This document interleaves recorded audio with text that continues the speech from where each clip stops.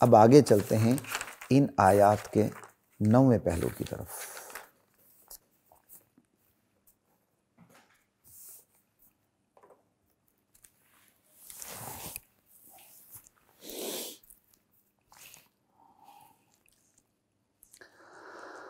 اللہ اکبر۔ سورہ قیامہ کی یہ 16ویں آیت ہے، جو 16، 17، 18، 19 لا تحرک بہ لسانک لتعجل بہ سے ان علینا جمعہ ثم ان علینا جمعہ وقرآن تک، یہ 4 آیات ہیں۔ ان 4 آیات سے پہلے 15 آیات ہیں، اور ان 4 آیات کے بعد 21 آیات ہیں، کل 40 آیات سورہ قیامہ کی بن جاتی ہیں۔ سوال یہ پیدا ہوتا ہے، سورہ قیامہ اتر رہی تھی، اترتے اترتے اترتے جب یہ آیت نمبر 15 تک بات پہنچی، سمجھائیے کہ يُنَبَّأُ الْإِنسَانُ يَوْمَئِذٍ بِمَا قَدَّمَ وَأَخَّرَ بَلِ الْإِنسَانُ عَلَى نَفْسِهِ بَصِيرَةٌ وَلَوْ أَلْقَىٰ مَعَاذِيرَهُ، یہاں تک جب وحی پہنچی تو فوراً سلسلہ کرام کو روک دیا گیا، اور آپ کو دوران وحی ہونٹ ہلانے سے روک دیا گیا، لا تحرک بہ لسانک لتعجل بہ۔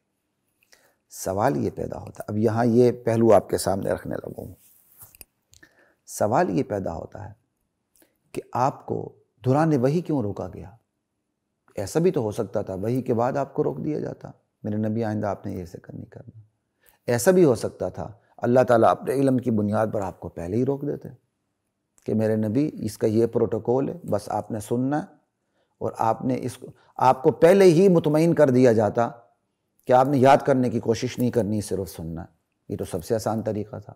اگر پہلے اللہ تعالیٰ نے مطمئن نہیں کیا تو وحی اترنے دیتے، بعد میں جب وحی ختم ہو جاتی تو پھر آپ کو کہہ دیا جاتا کہ آپ نے کیا کہتے ہیں آئندہ زبان نہیں لانی اور ہونٹ نہیں لانے، یاد کرنے کے لیے ہماری ذمہ داری ہے۔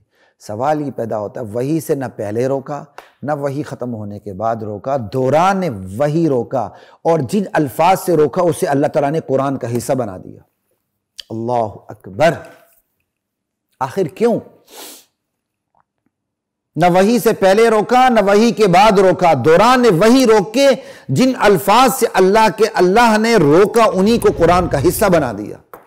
کیوں؟ وہ کیوں کی دلیل ابھی گزر چکی ہے۔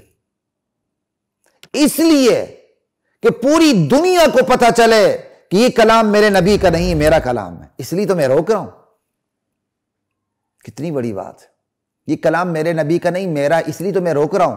پھر جن الفاظ سے روکا اسے میں اپنے کلام کا حصہ بھی بنا رہا ہوں، قرآن کا حصہ بھی بنا رہا ہوں۔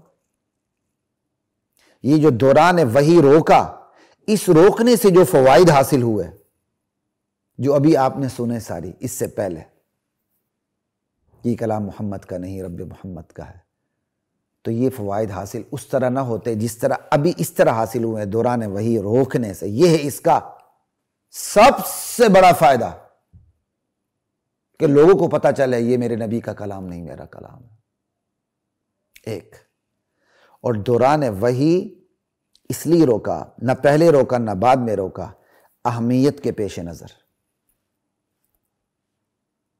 جب آپ ہلا رہے تھے تو اہمیت کا تقاضا یہ تھا کہ آپ کو دوران وحی ہی روک دیا جاتا، کیونکہ جو بندہ کام کر رہا ہو، کام کرنے کے دوران روکا جائے تو اس کی یادداشت میں وہ چیز سما جاتی ہے، اس کی یادداشت میں وہ چیز سما جاتی ہے، اور پھر اہمیت بھی کھل کے سامنے آتی ہے کہ دیکھیں جی مجھے کام کے دوران روکا گیا کہ یہ کام نہیں کرنا۔ ایک تو اس کی اہمیت کھل کے سامنے آ جاتی ہے، تو وحی کے دوران آپ کو روکا گیا، آپ نے یہ کام نہیں کرنا، ایک تو وحی کی اہمیت سامنے آ گئی، اور دوسری نبی علیہ السلام کی یادداشت کے لیے بہتر تھا کہ آپ آئندہ یہ کام نہیں کریں گے۔ آپ کو جیسی وحی آئے گی آپ کو نقشہ سامنے آ جائے گا کہ میں نے وحی کے دوران اپنی زبان نہیں ہلانی، اپنے دونوں ہونٹ نہیں ہلانے، اور یہ یادداشت کے لیے سب سے بہترین کام ہوتا ہے۔ انسانی نفسیات کا تقاضا یہ ہے کہ ڈیورنگ ورک، دوران عمل، اگر اس عمل سے روکا جائے تو بندہ زیادہ چوکنا ہو جاتا ہے، زیادہ متنبہ ہو جاتا ہے۔ تو دوران عمل آپ کو روکا گیا تاکہ آپ کو یاد رہے کہ آپ نے یہ عمل دوبارہ نہیں کرنا۔ اہمیت بھی پیش نظر تھی، یادداشت کے لیے بھی بہتر تھا، اور جو یہ کلام محمد کا نہیں اللہ کا ہے، اس حوالے سے بھی جو فوائد حاصل ہوئے، یہ تینوں فوائد جو حاصل ہوئے یہ فوائد جو حاصل ہوئے دوران وحی روکنے کی وجہ سے ہوئے۔ پھر دوران وحی روکنے کی وجہ سے یہ سارے فوائد عقائد کے بھی اسی سے حاصل ہوئے۔ کیوں؟ وحی سے پہلے روکا جاتا تو ممکن تھا وہ قرآن کا حصہ نہ ہوتا، وحی کے بعد روکا جاتا ممکن تھا وہ قرآن کا حصہ نہ ہوتا۔ دوران وحی روک کے اسے قرآن کا حصہ بنا کے عقائد کے فوائد بھی دے دیے، تعلیم و تعلم کے فوائد بھی دے دیے، وحی کی جو رغبت آپ کو تھی اور وحی کا جو شوق تھا، وحی بولنے کا جو خدشہ تھا، وہ بھی امت کو بتا دیا، سمجھائی؟ اور پھر قرآن جمع کرنے کی جو اولین صورت تھی وہ بھی امت کو بتا دیا کہ قرآن کو جمع کرنے کی اولین صورت ہے کیا۔ ٹھیک ہے نا جی؟ لا الہ الا اللہ واللہ اکبر۔ تو یہ سارے فوائد حاصل ہوئے دوران وحی روکنے کی وجہ سے اچھی طرح ظاہر باہر اور اظہر من الشمس ہو گئے۔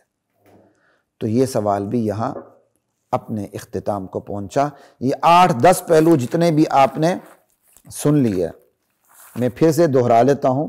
جو آپ نے پہلا پہلو سنا قرآن سے متعلق فوائد، اسی طرح آپ نے سنا تعلیم و تعلم سے متعلق فوائد، تجوید سے متعلق فوائد، جمع قرآن بیان قرآن سے متعلق فوائد، ٹھیک ہے، وحی کی جو تڑپ تھی، بھوک تھی، رغبت تھی اور بھولنے کا خدشہ تھا اس کے فوائد، پھر حفاظت قرآن کا جو زندہ معجزہ تھا اس کے فوائد، پھر کیا کہتے ہیں عقائد کے حوالے سے جو آپ کو سارے فوائد ملے یہ، پھر اسی طرح یہ فائدہ کہ یہ محمد کا کلام نہیں رب محمد کا کلام ہے، یہ فائدہ، یہ تمام فوائد ظاہر باہر ہو کے تبھی اور جبھی آئے جب دوران وحی آپ کو روکا گیا۔ دوران وحی آپ کو روکا نہ جاتا اور کلام کو وحی کا حصہ بنایا نہ جاتا تو یہ فوائد اتنے کھل کے یہاں سامنے نہ آتے۔ یہ اس لیے آپ کو روکا گیا۔ تو یہ سوال بھی اپنے اختتام کو پہنچا کہ آپ کو دوران وحی ہونٹوں کو حرکت دینے سے کیوں روکا گیا؟ پہلے کیوں نہیں روکا یا بعد میں کیوں نہیں روکا؟